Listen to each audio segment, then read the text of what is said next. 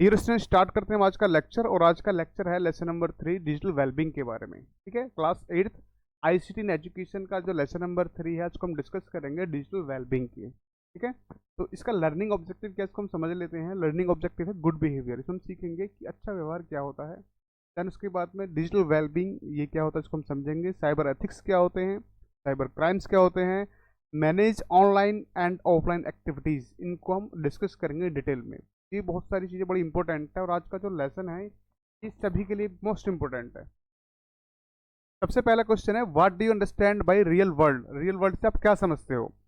तो real world क्या होता है basically, the real world is the physical environment we live in. यानी कि रियल वर्ल्ड क्या होता है, फिजिकल इन्वायरमेंट होता है जिसके अंदर हम रह रहे होते हैं। Where real life event happen, जहाँ पर रियल लाइफ इवेंट होती रहती है। ठीक है, रियल वर्ल्ड का वास्तविक दुनिया वो दुनिया होती है जहाँ हम फिजिकल दुनिया, फिजिकल इन्वायरमेंट जहाँ पर हम लोग रह रहे होते हैं और जहाँ पर हम डिफरेंट डिफरेंट टाइप की एक्टिविटीज़ को हम करते रहते हैं, डिफरेंट डिफरेंट इवेंट होते रहते हैं।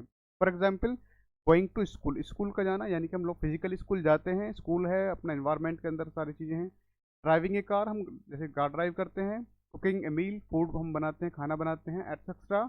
और take place action in real world, ये जितने भी जो एक्शंस हैं, जितने भी ये इवेंट्स हैं, वो सब रियल वर्ल्ड में होते हैं, वास्तविक दुनिया में होते हैं।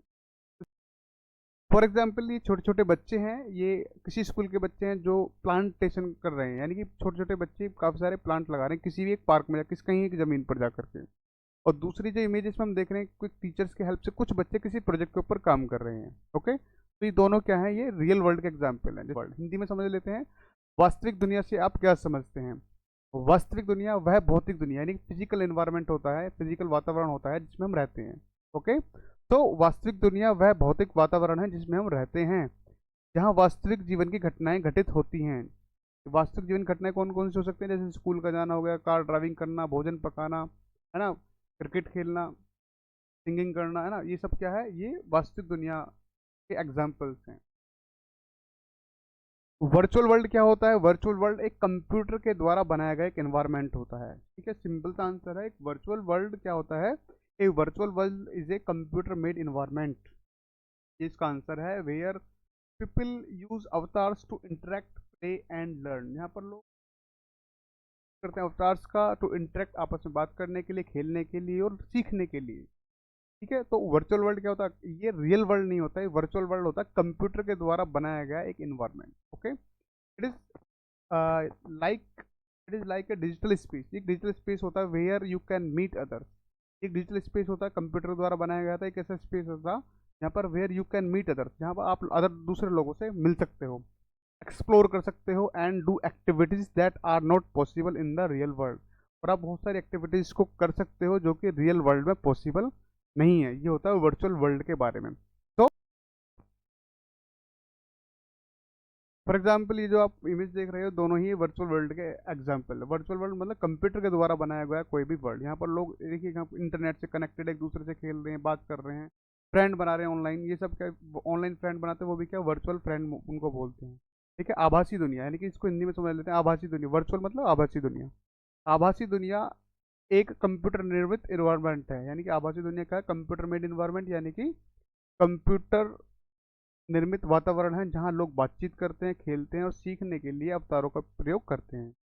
ओके, तो यह एक डिजिटल स्थान की तरह ही है जहां पर आप दूसरे लोगों से मिलते हैं, खोजबीन करते हैं, स्टडी करते हैं और ऐसी एक्टिविटीज कर सकते हैं जो वास्तविक दुनिया में पॉसिबल नहीं है। ये था आभासी दुनिया के बारे में।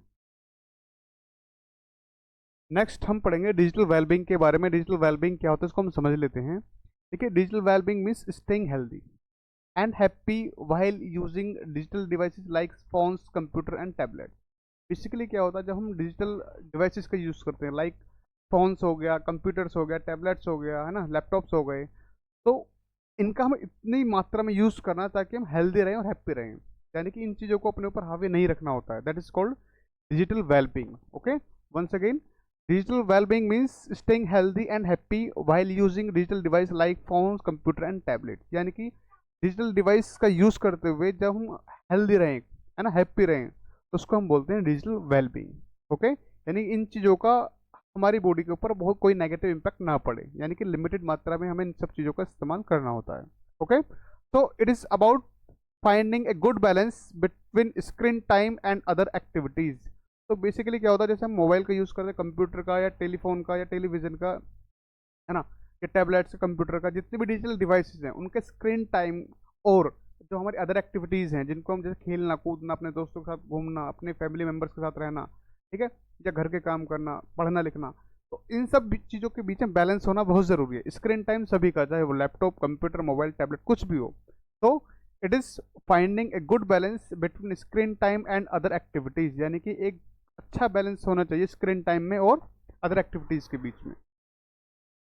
It is using technology in A way that feel positive and does not cause stress. ठीक है, डिजिटल वेलबींग क्या होता है, using technology in A way that feels positive, यानी कि टेक्नोलॉजी का आप उतना ही यूज़ करें जब तक आप पॉजिटिव फील करें, and does not cause stress, यानी कि आपके माइंड में किसी तरह कोई स्ट्रेस ना हो।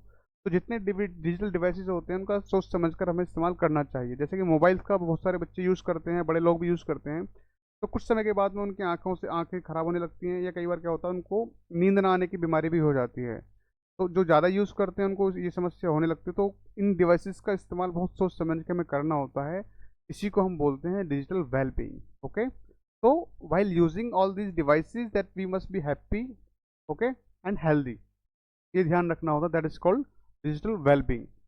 फॉर एग्जाम्पल देखिए, ये इमेज है, यानी सोशल मीडिया है, ये सारे व्हाट्सअप, इंस्टाग्राम, जितने भी सोशल मीडिया है, इंटरनेट की एक्टिविटीज़ हैं, उनको एक लिमिटेड मात्रा में यूज़ करना होता है। That is called digital wellbeing. Hindi में समझ लेते हैं, डिजिटल वेलबींग को परिभाषित करें। डिजिटल वेलबींग क्या होता है, डिजिटल भलाई, अर्थात यानी डिजिटल वेलबींग मतलब डिजिटल भलाई का अर्थ है फोन, कंप्यूटर और टैबलेट जैसे डिजिटल उपकरणों का उपयोग करते हुए स्वस्थ एवं खुश रहना। ओके, जितने भी डिजिटल डिवाइसेस होती हैं उनका यूज़ केवल उतना ही करना है ताकि उससे हम खुश रहें और हम स्वस्थ रहें, यानी कि हमें किसी प्रकार की कोई समस्या ना हो। यह स्क्रीन टाइम जो होता है और अदर एक्टिविटीज़, अन्य गतिविधियों के बीच एक अच्छा संतुलन खोजने के बारे में, यानी कि डिजिटल वेलबींग क्या होता है, there must be balance, good balance between screen time and other activities. Okay, यह प्रौद्योगिकी, यानी कि डिजिटल वेलबींग होता है क्या, बेसिकली जितनी टेक्नोलॉजीज का उपयोग हमें इस तरीके से करना ताकि हमें सकारात्मक महसूस हो, किसी तरीके का तनाव महसूस ना हो। That is called digital wellbeing. ये था हिंदी में। नेक्स्ट है साइबर एथिक्स के बारे में। साइबर एथिक्स क्या होता है इसको हम समझ लेते हैं। साइबर का मतलब होता है ऑनलाइन जो हम एक्टिविटीज़ करते हैं, साइबर। ओके, एथिक्स मतलब गुड बिहेवियर, अच्छा व्यवहार, यानी कि साइबर एथिक्स क्या हुआ, एक अच्छा व्यवहार। ऑनलाइन हम एक अच्छा व्यवहार कर रहे हैं, that is called cyber ethics. समझ लेते हैं इसको एक बार फिर से। Cyber ethics is about doing the right things online. Okay, जो सही सही चीज़ें होती हैं जिनको हम ऑनलाइन करते हैं, that is called cyber ethics. It means being respectful, honest and responsible when using the internet, यानी कि जब हम इंटरनेट का इस्तेमाल कर रहे होते हैं तो हमें रेस्पेक्टफुल होना है, हमें दूसरों का सम्मान भी करना होता है। इंटरनेट पर जितने भी लोग होते हैं, ऑनेस्ट, हमें अपने प्रति ईमानदार भी होना होता है। रेस्पॉन्सिबल, रेस्पॉन्सिबल मतलब जो भी हम एक्टिविटीज़ कर रहे हैं उसकी जिम्मेदारी हमारी खुद की होती है। Okay, that is called responsible. तो cyber ethics is about doing the right thing online. It means being respectful, honest and responsible when using the internet. It involves not sharing someone's private information. ये क्या होता है, इसका example क्या होता है, जैसे कि हम किसी के बारे में किसी की भी कोई प्राइवेट इन्फॉर्मेशन को हम शेयर नहीं कर सकते ऑनलाइन। ये साइबर एथिक्स के अंदर ही आता है। Okay, do not spread false information. सबसे ज़्यादा आजकल समाज के अंदर का जो लड़ाई हो रही है वो फॉल्स इन्फॉर्मेशन की वजह, झूठी खबर फैलाते रहो और लोगों को लड़वाते रहो। ओके, तो ये आजकल चल रहा है, लेकिन हमें इन सब चीज़ों से बचना है क्योंकि साइबर एथिक्स के अंदर हम सीख रहे हैं do not spread false information. किसी प्रकार की कोई झूठी इन्फॉर्मेशन को हमें फॉरवर्ड नहीं करना होता है, नहीं फैलाना होता है। Okay, do not bullying others in comments, यानी कि अगर हम कोई वीडियो देख रहे होते हैं, कुछ भी हम देख रहे होते हैं, तो हमें अपने कमेंट्स को इस तरीके से करना होता है ताकि किसी को कोई ठेस ना पहुंचे, यानी कि हम किसी के बारे में भला बुरा ना कहें। बुलिंग का मतलब ये क्या होता है, किसी को थ्रेट देना या गाली बकना, ये सब चीज़ होता है बुलिंग का। तो साइबर एथिक्स के अंदर हम सीखेंगे do not bullying others in comment, यानी किसी को कोई भला बुरा ना कहें साइबर एथिक्स के अंदर। ओके, नेक्स्ट हम पढ़ेंगे do not steal someone's work and claiming it is your own. Okay, जैसे कई बार क्या होता है कि कुछ लोग क्या करते हैं, किसी का डेटा चुरा लिया और उसको अपने नाम से उन्होंने पब्लिश कर दिया वेबसाइट पर, ऑनलाइन कोई भी एक्टिविटीज़ पर। तो साइबर एथिक्स बोलता है कि नहीं जी, हमें किसी के द्वारा किया गया कोई भी काम हमें स्टील नहीं करना, चोरी नहीं करना है, और ये क्लेम नहीं करना कि ये हमारा है। साइबर एथिक्स से रिलेटेड एक पोस्टर है जिसमें बहुत सारी चीज़ें यहाँ पर लिखी भी हुई हैं कि हमें किस तरीके से अपना पासवर्ड शेयर नहीं करना होता है, फायरवॉल का यूज़ करना चाहिए हमें, है ना, क्रेडिट कार्ड के डिटेल्स नहीं शेयर करनी चाहिए। ये सारी चीज़ें हमें पता होना चाहिए, तभी हम एक अच्छे डिजिटल वेलबींग बन पाएंगे। और साइबर एथिक्स का हमें फॉलो करना चाहिए। नैतिकता ऑनलाइन सही काम करने के बारे में है, यानी कि हम जो भी ऑनलाइन एक्टिविटी कर रहे हैं वो सही तरीके से करें। इसका अर्थ है इंटरनेट का उपयोग करते समय सम्मानजनक, ईमानदार और जिम्मेदार होना, यानी कि जो भी हम एक्टिविटी कर रहे हैं उसके प्रति हमें सबका सम्मान रखना चाहिए, हमें ईमानदार होना चाहिए, और जो भी हम काम कर रहे हैं उसकी जिम्मेदारी भी हमारी होती है। ये था साइबर एथिक्स के बारे में। उदाहरण के रूप में, किसी की निजी जानकारी को, पर्सनल इंफॉर्मेशन को शेयर ना करना, ये साइबर एथिक्स का एक उदाहरण है। नेक्स्ट है, गलत जानकारी ना फैलाएं। कोई भी फॉल्स इन्फॉर्मेशन है इंटरनेट पर, आजकल सबसे ज़्यादा फॉल्स इन्फॉर्मेशन फैलाई जाती हैं, तो वो ना फैलाएं। दूसरों को ना धमकाएं। ओके, किसी को कमेंट्स कर रहे हैं तो किसी को धमकाएं या गाली ना दें, किसी को कुछ भला बुरा ना कहें कमेंट्स में भी। ओके, किसी का काम चुराकर उस पर अपना दावा ना करें। ये होता क्या, प्लेगरिज्म बोलते हैं, हालांकि इसको आगे नेक्स्ट लेक्चर में आएगा। तो किसी का काम चुराकर उस पर अपना दावा ना करें, ये भी क्या, साइबर एथिक्स के बारे में। नेक्स्ट हम बात कर लेते हैं, how can you balance your virtual life and real life. पहली स्ट्रेटजी है कि सेट बाउंड्रीज, हमें अपनी बाउंड्रीज को सेट करना चाहिए।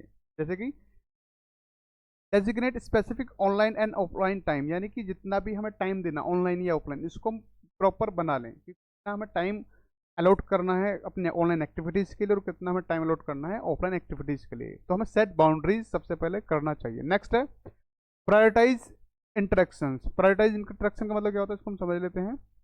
Spend quality time with people, अपना जो टाइम है, ठीक है ना, वो अच्छे लोगों के साथ में स्पेंड करिए, अच्छे लोगों और ऑफलाइन, ना कि ऑनलाइन। नेक्स्ट है create tech free zone. Tech free zone का मतलब क्या होता है, no device in certain area of your home, यानी कि आपके आसपास में तो एक ऐसी जगह बना ले जहाँ पर कम से कम इन मोबाइल का या इंटरनेट का या टीवी का इस्तेमाल ना हो रहा हो, जैसे कि स्टडी रूम हो सकता है, बिल्कुल। नेक्स्ट है प्रैक्टिस माइंडफुलनेस।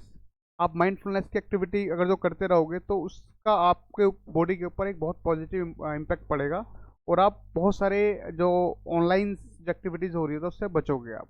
ओके, तो be aware of online time and its impact. Next है engage in offline hobbies. Engage in offline hobbies मतलब क्या होता है, जितनी ऑफलाइन एक्टिविटीज़ होती हैं उसको आप करिए, मैक्सिमम उसको करने की कोशिश करिए। ऑनलाइन से अपना टाइम कम करते चले जाइए और ऑफलाइन एक्टिविटीज़, खेलना कूदना या फिर पढ़ना लिखना, इन सब चीज़ों में आ जाइए, इन्वॉल्व हो जाइए, तो ऑटोमेटिकली आपका जो बैलेंस है वो बढ़िया हो जाएगा। Okay, pursue activity that does not involve screen. ऐसी कोई एक्टिविटी करिए जिसमें स्क्रीन का यूज़ ना हो रहा हो।